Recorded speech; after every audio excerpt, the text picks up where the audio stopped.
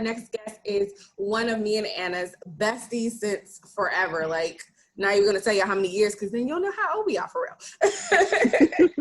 But anyway, well, she actually is probably gonna tell you anyway. So, Gema, welcome to our podcast. We have been dying to have you on the podcast, not even just to share this experience, but so many other experiences, because if y'all don't know, this is our homegirl from back in the day when we used to do Frequency Radio. Yes, throwback. So she's going to be here to share her, Black birthing experience journey with us. So Gema, tell everybody a little bit about yourself. Okay, hi everybody. My name is Gema. I'm currently living in the North Laurel area of Maryland. As she mentioned, I have known these ladies for a very long time. We did the podcast prior to. I basically grew up with you guys. I know, right? Like legit grew up with these guys. They're my homies and my besties. And I recently had a baby, which is probably the reason why I'm here for this interview today. So yeah. Yay! So speaking of the Black birthing experience, what is something that you wish you knew going into your birthing experience? Man, I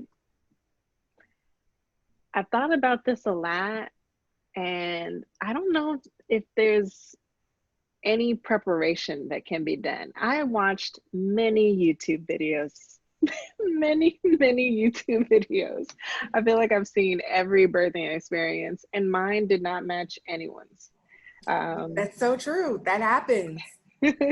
So if somebody could like tell me something in advance, I don't know. You know what? I was surprised that no one described contractions as cramps. And I was very, very afraid of contractions in that whole experience. During my whole birthing experience, I was waiting for them to get really bad and to get to this like crazy intense pain that everybody was describing, but it just felt like really, really bad cramps. And I think I probably wouldn't have been as scared, but maybe that was okay, because it was kind of like preparing me for the worst, but it ended up being not as bad.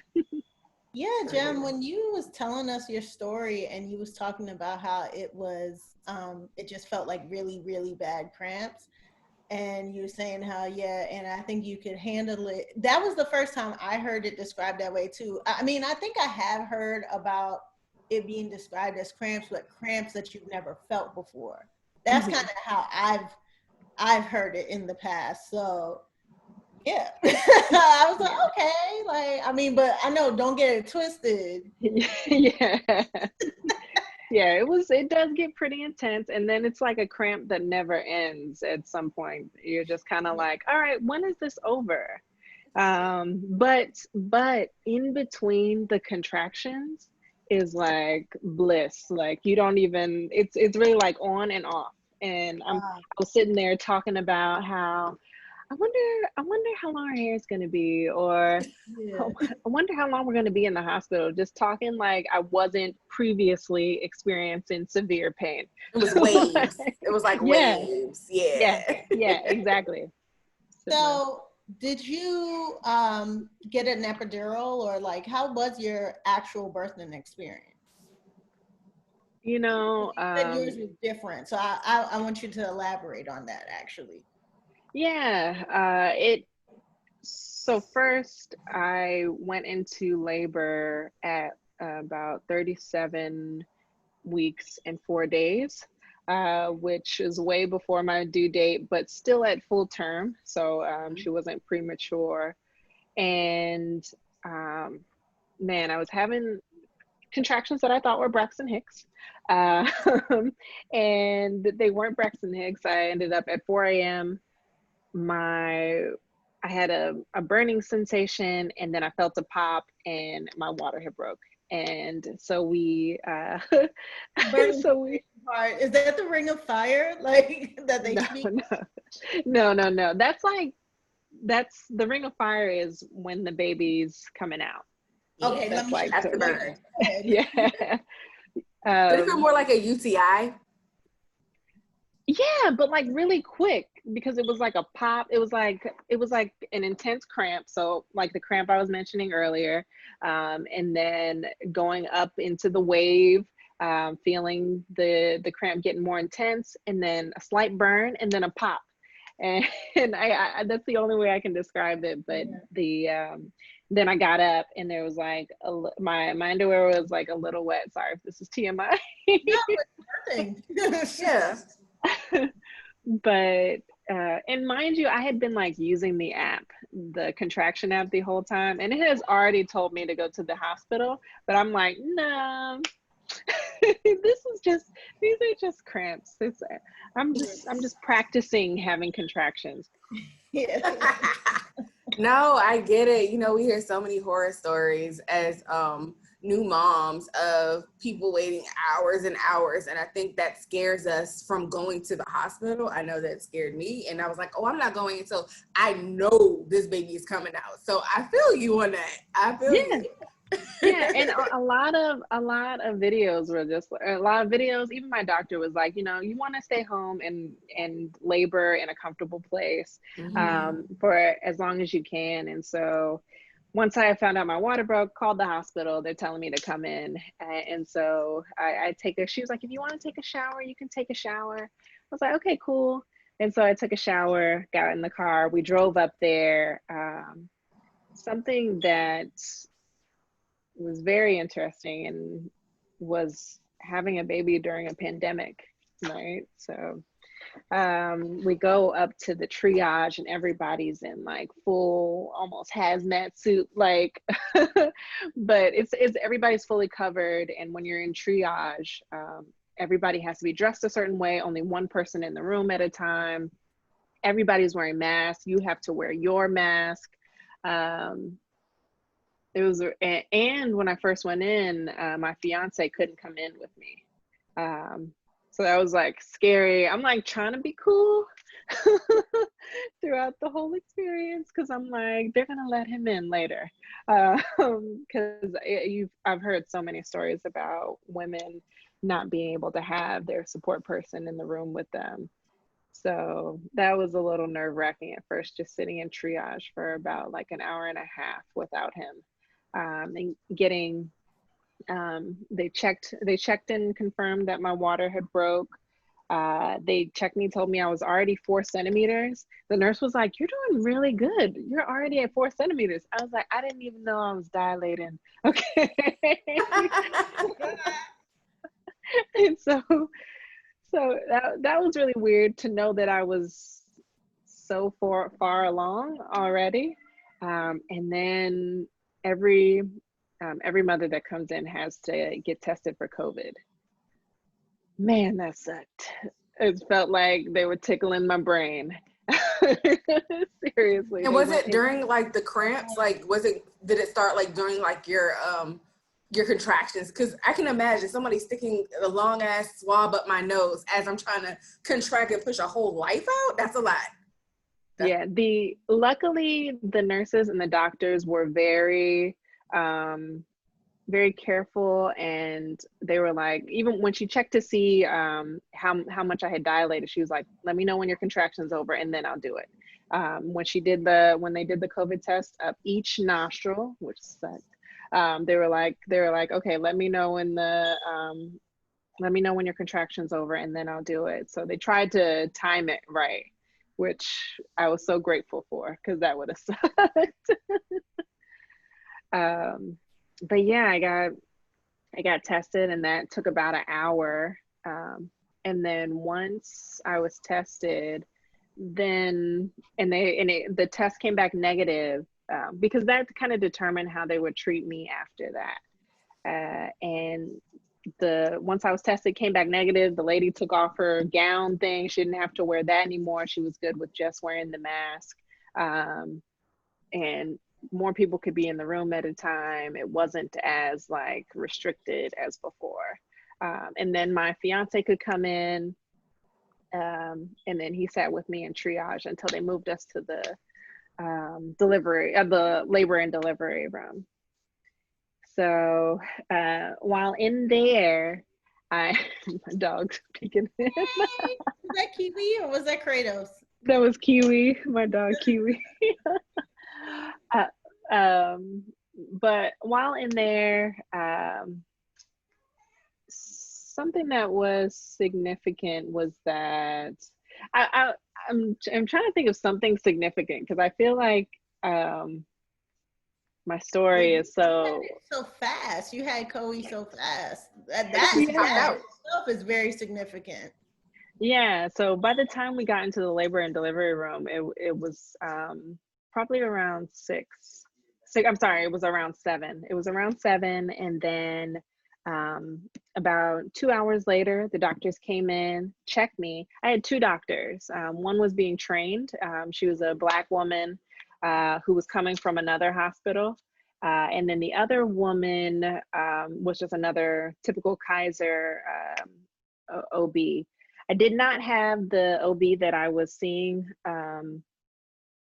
throughout, because I think one of the reasons was because of the pandemic. They were kind of limiting who was going where. But I didn't have any issues. Everybody was very nice, very considerate, and asked me what I wanted. And that's one of the things that I was really worried about. Your typical fears, like, will they listen to me if there's a problem? Right. Especially with it not being your doctor, your normal doctor.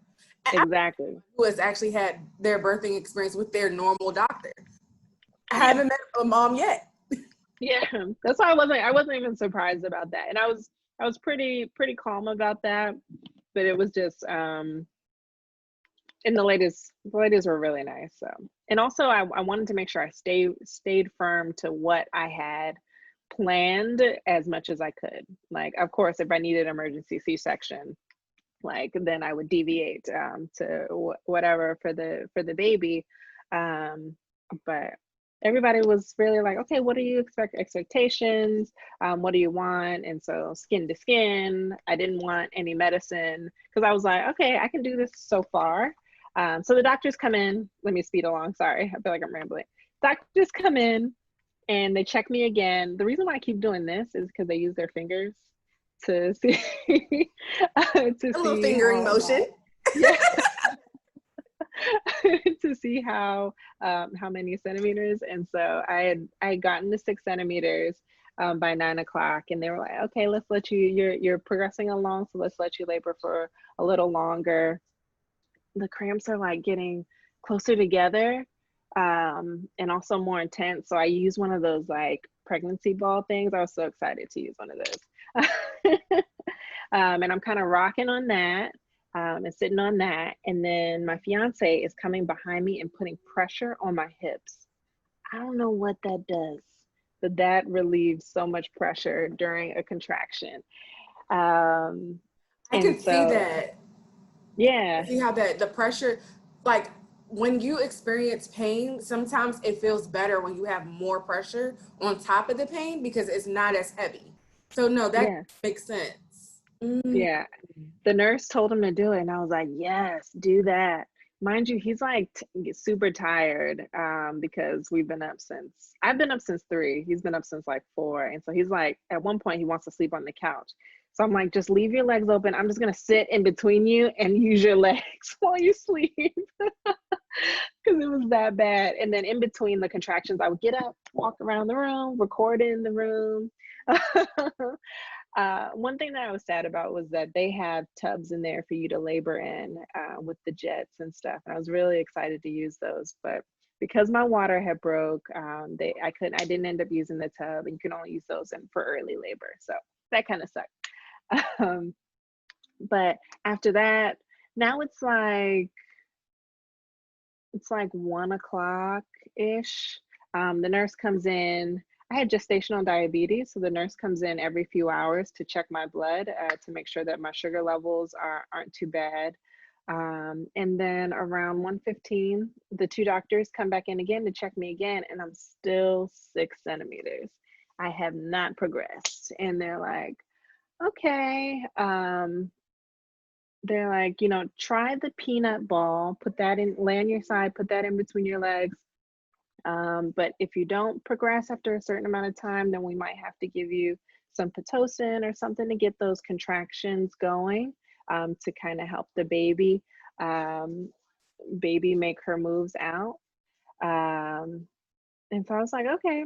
And I was like, I've watched several videos. Girls are in labor for hours. Like, I was like, this, I'm not surprised. They were like, how you doing? How's the pain?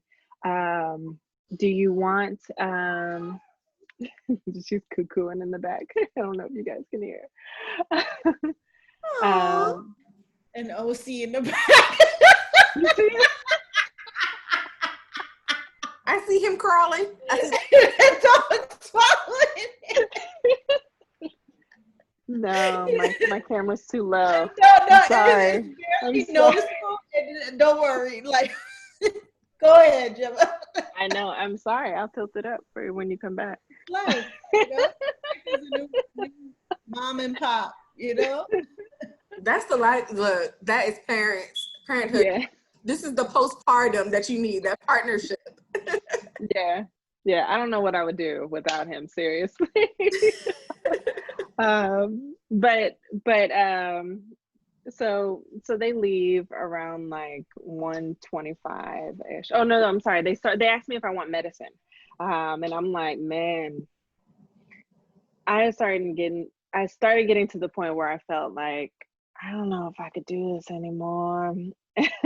And I was like, let me give me a few more hours, and let me get back to you. And they were like listing all the different options, and I was like, yeah, maybe something light, like a light medicine or something like that. But I was like, yeah, give me a few hours. And it's funny because YouTubers always say, like, when you feel like you can't take it anymore, that's when it's almost time. And I was to that point. And so they leave. I've got the peanut ball in between my legs, and for some reason my contractions stop. My contractions stop for like what felt like 5 minutes because I was able to sleep, but it was only like a minute or two, and I went to sleep. I just instantly went to sleep. I was so tired, exhausted, and then I could feel a contraction coming on, and I reached back and I tell OC to come. OC is my fiance, to come put his hands on my hips, and then it gets super intense, and then I feel the baby drop, and I'm like, oh my gosh. I was like, she's coming, call the nurse. He's like trying to find the nurse call button, and it's like on this side and he's on this side, so I'm like trying to push it while trying to keep the baby in, because once you start, you can't stop. That's what you can't. Yeah. Exactly. I couldn't suck her back in. She just kept feeling like she was trying to push out, and my body kept trying to push, and it was really just like, I think I could have just sat there and my body could have done it on its own. Yeah, absolutely. Wow. It's so funny when you see those YouTube videos and they're like, just calm down, just breathe, don't push. And I'm like, I am not pushing. She or he is pushing. I am not doing Exactly. So the nurse comes in and she's like, don't push. I'm calling the doctors now. Only one of the doctors comes back because the other doctor was like, I got time. So she went to go get her badge because she's and Slim Chance crew. Yeah, I know. They're like rushing to get everything set up, and she's like, don't push. I was like, I can't not push. I can't. I was like, she's coming. He's like, it's okay, breathe. And so man, they finally get the table set up, and they were like, you can lightly push now. And I was like, I can't control the level. It's not a knob. Right. But like somehow I'm still like, no. So you can't really control how your body pushes. You can clench. Yeah. And like your body still feels like it's pushing. But I really felt like it was still trying to push through. It really feels like, I don't know, I don't know how to describe it, but like I somehow was not pushing. It was not the pushing that was about to happen. I was somehow holding her in. um, and then it was weird. The doctor was telling me to bear down. They kept trying to lay me back. I was like, no, I want to be at a slant. I want to be at an angle sitting up. And then she was like, just kind of hold your breath and then push. And I was like, I want to breathe through it. I was like, I'm really worried about tearing. She's like, if you breathe, try and breathe through it, you're just gonna waste energy. And I was like, I'm gonna breathe through it anyway. Because a lot of doulas on YouTube talk about how like holding your breath and bearing down and not letting your body do most of the pushing is what causes you to tear. And that's what I was really worried about. And so I kind of just breathed through each push. First push, she dropped down all the way to the end. Second push, head hit the opening. Third push, head started coming out. Fourth push, her hand is next to her head. Her head comes out and her hand comes out, and the doctor's like, she's waving at me.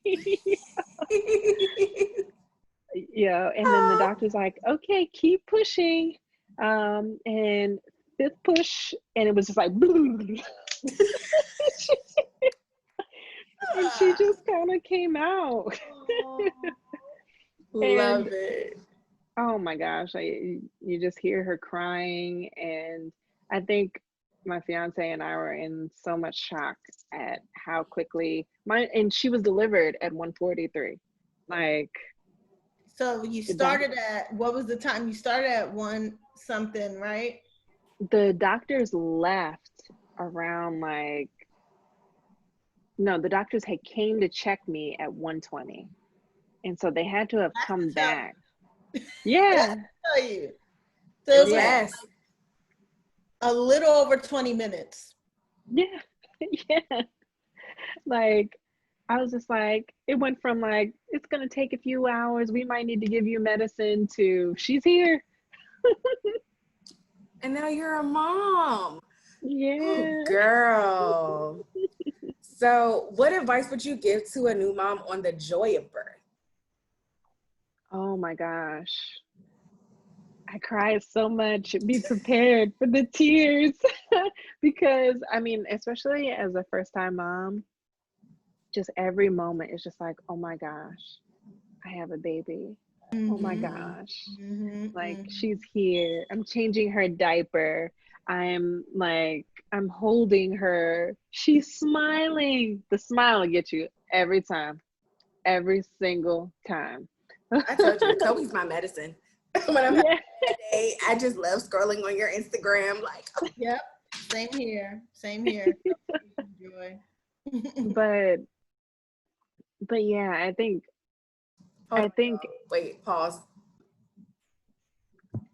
I think one thing that I would definitely say is that postpartum depression is real, and to I don't know if you can prepare for it, but just don't feel bad if it happens.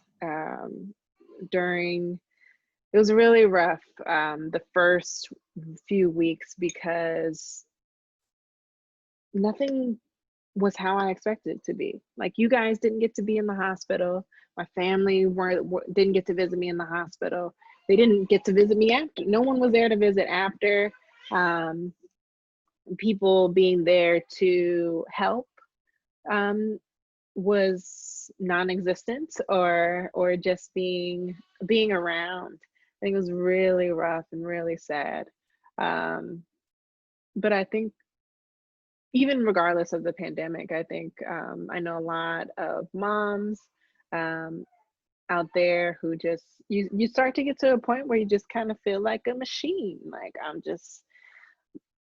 I'm a cow and I'm here to be milked and to feed my baby. And it's like, it's not that you're not grateful for the experience, but it can be rough and rough on you mentally. And so one thing I would definitely say is to definitely soldier through that. Know that you're an awesome mom, and that you're gonna do great, and keep moving forward. Keep trying to stay positive through it all. There's gonna be rough times, but it always gets better. Yeah, and even though I'm not a mom yet, I pray that I can be one day. Soon. But what I've learned from all of these interviews that we've done with moms is like having a network, and I have a network with all of these moms that, especially in Gema being one of my best friends, like, and Raquel, I have the benefit of you guys both being moms before me. And so, I'll be tap, tap, tap. It's my turn. And so thank you, Gema, so much for sharing your story. It was an amazing story. I love to hear it every time. It's like a children's story. I know, right? I know, I was so engaged, like, and then what? Right.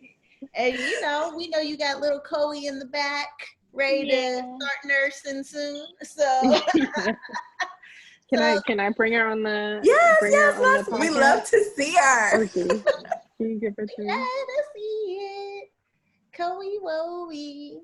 So we about to make her grand announcement to the world. Hi, everybody. It's So she is Mama. Almost 3 months now. She's looking at the light. Say hi, Mama. Hi, Mama. Hey, girl. You say hey. Oh, she just saw you. She sees you now. She's like, what is going on? Who are all these people on the camera? Why is everyday lady on the screen too? What's going on? Right. Is that me? Yeah, this is her life now, talking to people on screens. Thank you, 2020. Right. Child. Meant for her. She's gonna be a celebrity. Look at that baby. What's up, poo poo? All right. Well, we love you guys, and thank you so much again, Gemma, for sharing your story. Thank you for sharing Chloe with us. We can't wait to hold her and Zerbert her, as Kel would say. I'm so excited. And yeah, till next time. Peace out. All right. Thanks, ladies. Bye. Thank you. Bye.